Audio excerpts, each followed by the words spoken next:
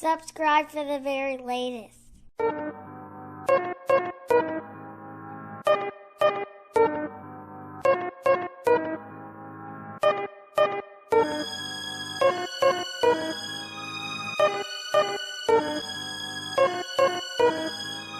So,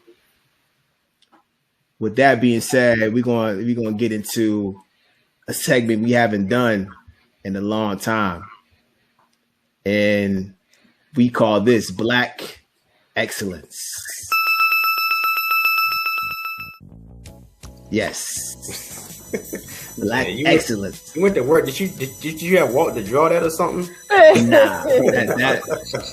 Nah, you know. I got that picture from somewhere, but yeah, man, Black Excellence.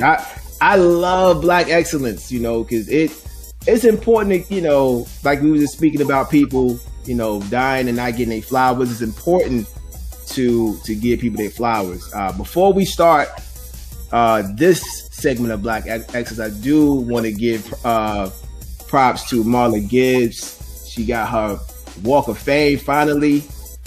And time. Man, she's 90 now, looking good. Yeah, looking great.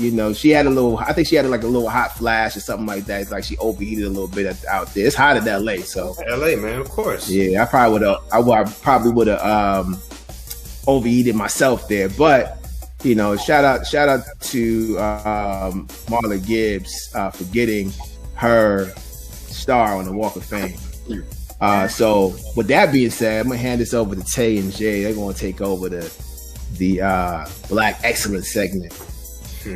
I'm so excited today because this is one of my favorite actresses that does not get the recognition that she is due, just for the simple fact that she has been working since 1983. 1983, at 52 years old, the beautiful Cree Summer, who we all know as Freddie Brooks. She will always be Freddie Brooks to me, from Different World.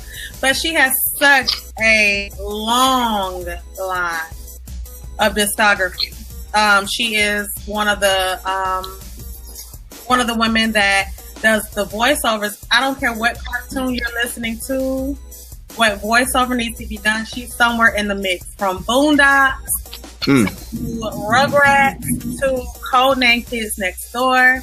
Cree Summer, who was born Cree Summer Franks, is 52 years old, from Los Angeles, but she is Canadian as well.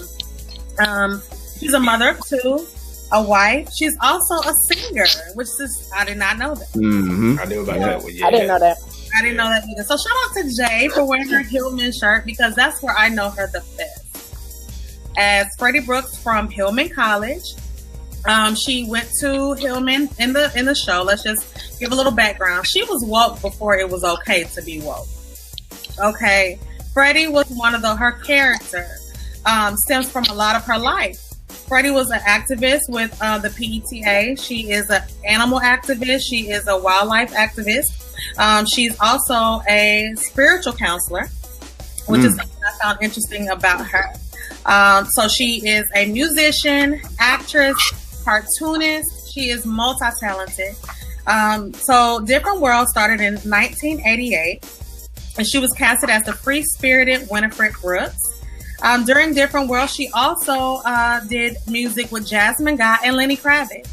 So she pop soul, neat soul kind of song. I have to listen to her music. I have not. There's no socks in these performances, by the way. I know no. There's no socks. There's no socks. Wild hair and no socks. Right. That's what's going on. So just to name a few, just to name a few of her talents. So she is my favorite, Susie Carmichael from Rugrats. She starred in Clifford the Big Red Dog, Codename Kids Next Door, Queen Sugar, Kermit the Frog. She is all around, and she also starred in, like I said, Boondocks. She is in Marvel cartoons, Atlantis, The Lost Empire. She did some work with Nickelodeon, Disney. She's one of the most sought after voiceover actresses. I'm just like, one of my favorite things about her though is that she is still acting. She teaches cartoon work. She teaches at local colleges with film. She's just all around spiritual guide. I mean, she's just multi-talented. So I would like to extend her flowers to her, Miss Cree Summer. Wow, man, that's awesome, right? Like if y'all notice at the bottom here in the back, y'all see like some of the people that she has played. Man, like she was Penny Gadget. I didn't know that one. Yeah. Yo, I said, what? Mm-hmm. Wow. Yo, she was Penny Gadget. That's how I knew. That's how I knew she played. She's been doing this since 1983 because Inspector Gadget is 1984. So, were any of you? Do any of you remember Friday the animated series? Yes. So Friday the animated series, she was in that as well. She was Betty Mom Jones. She was his mother, as well as Dana, who was his sister. I mean, the list goes on and on. Like, it's just crazy. I mean, I was printing it out and I was like, okay, sis, like, what's going on? The Cleveland show, she was a guest on there. Wow. Robot and Monster, Superman of Tokyo. I mean, she's all over the place. I remember. I never heard of Superman of Tokyo, but I do remember Kids Next Door and that Friday. Kids Friday or something? It was the Friday the animated series. Yeah. So some of her was still a Susie Carmichael. 2020 Muppet Babies. Superhero Girl. She was Catwoman. Kid Cosmic. She was Queen Zan. Again, 2021. Back to Susie Carmichael. She's still performing. She's still getting paid. She's still getting her flowers. So I'm just like, she's one of my favorites. And just even if we're talking about, I remember an episode of Living Single, which is my favorite sitcom. Girl, she was the reason why Overton and Sinclair got together because she was his love interest. Oh yeah, I remember that episode. I remember that episode. That he dated on the show besides Sinclair. And she was just like Sinclair. And even then, it was like she's just so versatile. And I just don't feel like she gets the due that she's deserved. So here at the collab, we definitely want to give her flowers while she yet lived. We're so in awe with all of her work, and she's still working. I can't wait to see what the rest of her life brings. She needs. They haven't given her a star on the Hollywood Walk of Fame yet, have they? No, but they need to give her the whole Hollywood Walk. I mean, she's been steadily working, like you said, like since 1983. She's been steadily with work. Yeah.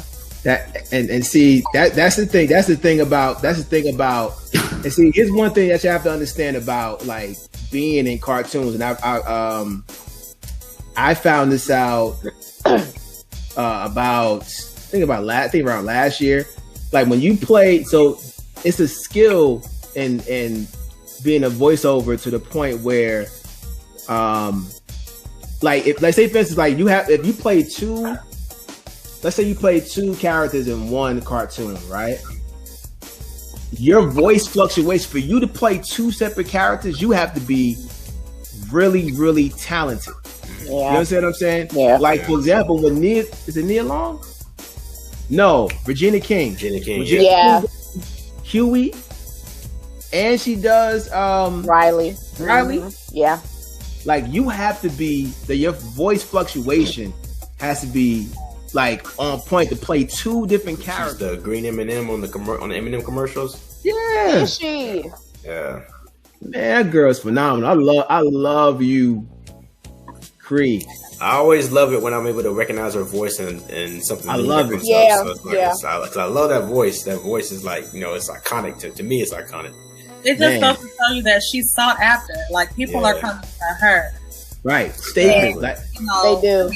Just to be working all these years, people burn out, things die out. You're not as sought after before as you are, in your past, as you are in your future. But we be talking 2021, like this year.